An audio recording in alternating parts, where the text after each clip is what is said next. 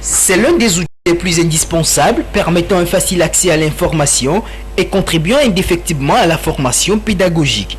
Malheureusement, fort est de constater depuis quelque temps un désintéressement de plus en plus de personnes vis-à-vis de cet outil d'information. Une situation qui, selon certains écrivains et lecteurs, est majoritairement due à l'avènement des technologies de l'information et de la communication ces dernières décennies.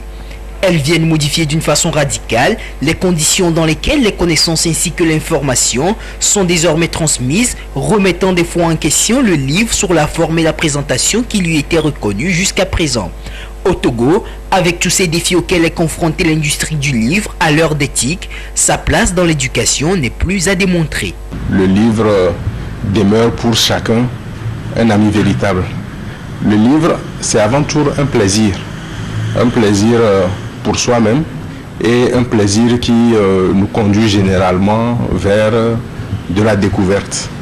Le livre, c'est de la nourriture. Le livre nourrit l'esprit et c'est ce qui est fondamental pour nous et surtout pour les élèves et les étudiants, pour les apprenants.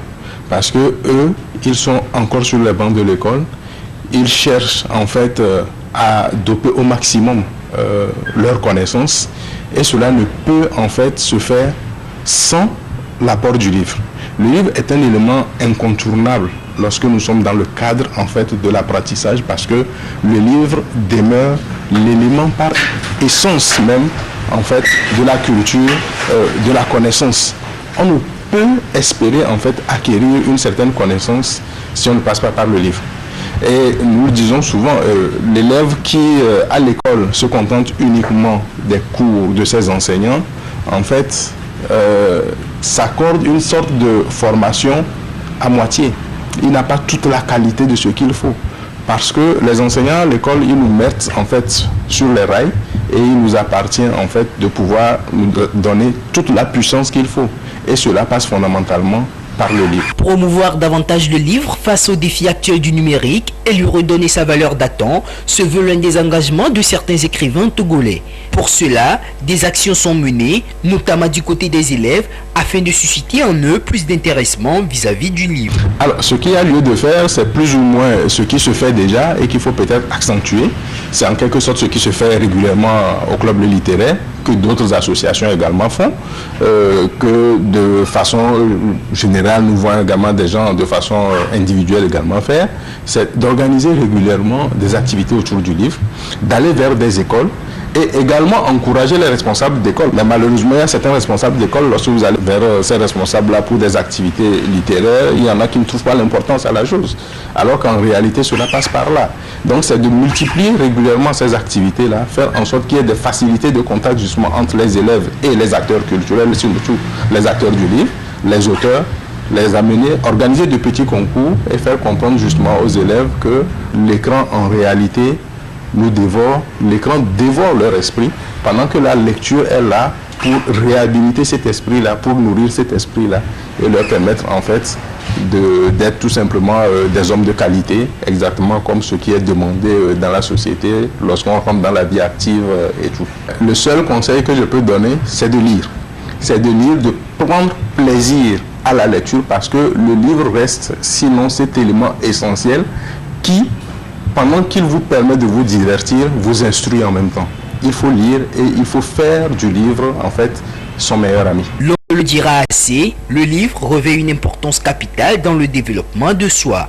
Y accorder plus de temps permettra de développer certaines attitudes, comme gagner en aisance avec l'écrit, mais surtout étendre plus son vocabulaire.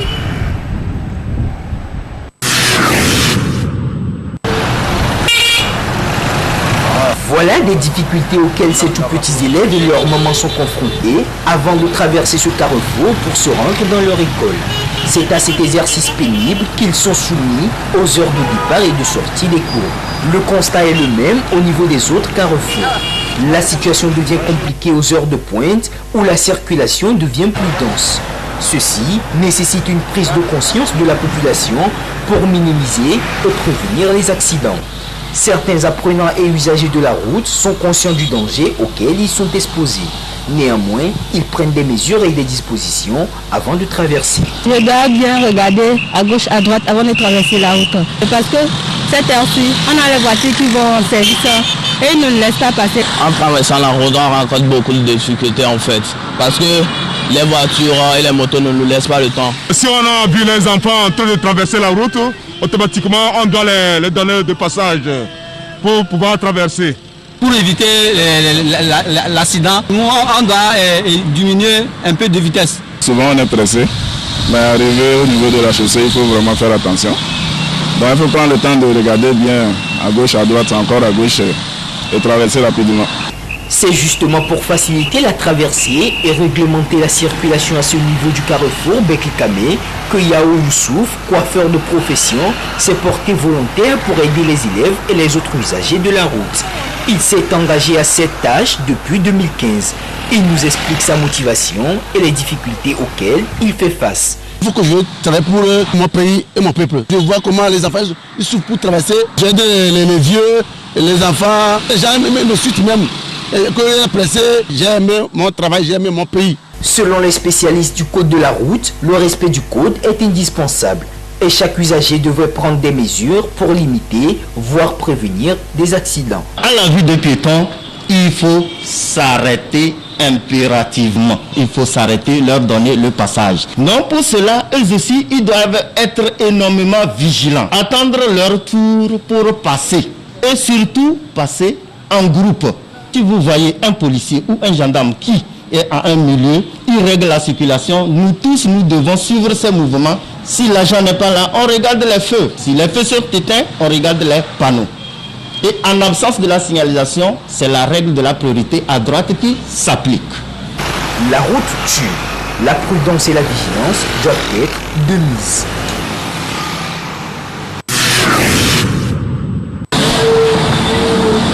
Je ne révise pas trop ma moto, faute de temps également et les occupations. Parce que vous n'aurez pas le temps d'aller chez le mécanicien pour aller réviser. Mais normalement, nous devons le faire. C'est la réponse de ce propriétaire de moto sur la question de révision de son engin et certainement le cas de nombreux conducteurs. Même conscient de l'importance de cette opération, la négligence s'installe. Pourtant, aucune excuse n'est permise quand il s'agit de la révision de son véhicule. Selon les spécialistes, c'est une opération d'entretien indispensable pour le bon fonctionnement des engins. Lorsqu'on parle de la révision, c'est l'entretien pour que le véhicule dure. Réviser ou bien entretenir un moteur ou bien un véhicule, c'est très important. C'est pour tout d'abord ma sécurité et la sécurité des autres usagers. Même si c'est un vélo, il doit être entretenu. Une motocyclette doit être entretenue. Un véhicule automobile doit aussi être entretenu. De la vidange à la vérification des freins et d'autres pièces en passant par le diagnostic électronique, plusieurs actions rentrent en fonction quand on parle de la révision. Certains conducteurs l'effectuent bien. Moi maintenant, je fais vidange 2 semaines ou bien 3 semaines. Ma moto maintenant, il fait 3 ans. Et en plus là, je lave rapidement ma moto et je nettoie avec les chiffons. Le cuolo entretien de vidange, il a monté à durer. Il n'est pas l'intia, il a monté fonctionnaire. Il n'est pas le comme sans arrêt. À job, donc après à Edo, à Bedé, Edo l'électricien. Il connaît mon vanneau pour on t'en connaît. 2 semaines on l'a travaillé. On l'a quoi 2 semaines on l'a quoi. Vidange, elle doit les 2 semaines. On l'a vidange. Déjà chaque matin, il faut mettre au propre la carrosserie. Tu ouvres le capot avant de ton véhicule pour contrôler le niveau de l'huile moteur. Parce que lorsqu'il y a insuffisance de l'huile moteur, ça entraîne quoi? L'usure prématurée du moteur. Ensuite, il faut aussi vérifier le niveau de l'huile à frein, le niveau du liquide d'embrayage aussi, le niveau de l'huile hydraulique qui consiste à faire quoi? À lubrifier le volant. Il faut aussi entretenir le filtre à air. Après chaque 20 000 km, il faut changer un filtre à air. Après chaque 20 000 km, il faut changer le filtre à essence. Tout ça là, ça contribue au bon fonctionnement de ton moteur. Il faut vidanger le moteur Normalement, pour vidanger un moteur, on tient compte du kilométrage parcouru. Mais nous constatons que dans la plupart des cas, les gens tiennent compte des semaines. Alors que tu peux conduire, ça dépend de tes courses.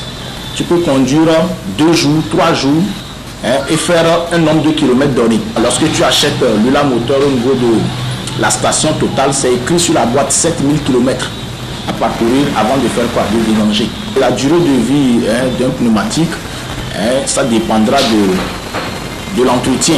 Notons qu'il existe une différence entre la révision et le contrôle technique. Contrairement à la révision, le contrôle ou la visite technique est une obligation légale qui se fait au Togo chaque 1 an, mais une révision régulière est conseillée. La révision permet également de pouvoir détecter et changer des pièces défectueuses, ce qui permettra de minimiser les risques de panne pouvant causer de dégâts en circulation. Disposer d'une maison pour habiter est un souci majeur pour toute personne. Mais alors, on ne construit pas pour construire. La réalisation de tout ouvrage tient compte de certains éléments, parmi lesquels le permis de construire. Ceci afin d'assurer la durabilité et la pérennité des ouvrages. La procédure à suivre selon les acteurs du domaine est tout à fait simple et respecte certaines normes. Vous avez votre idée de construction de bâtiment, vous adressez à un architecte. Son travail, c'est de proposer un plan adapté à vos besoins et à vos désirs.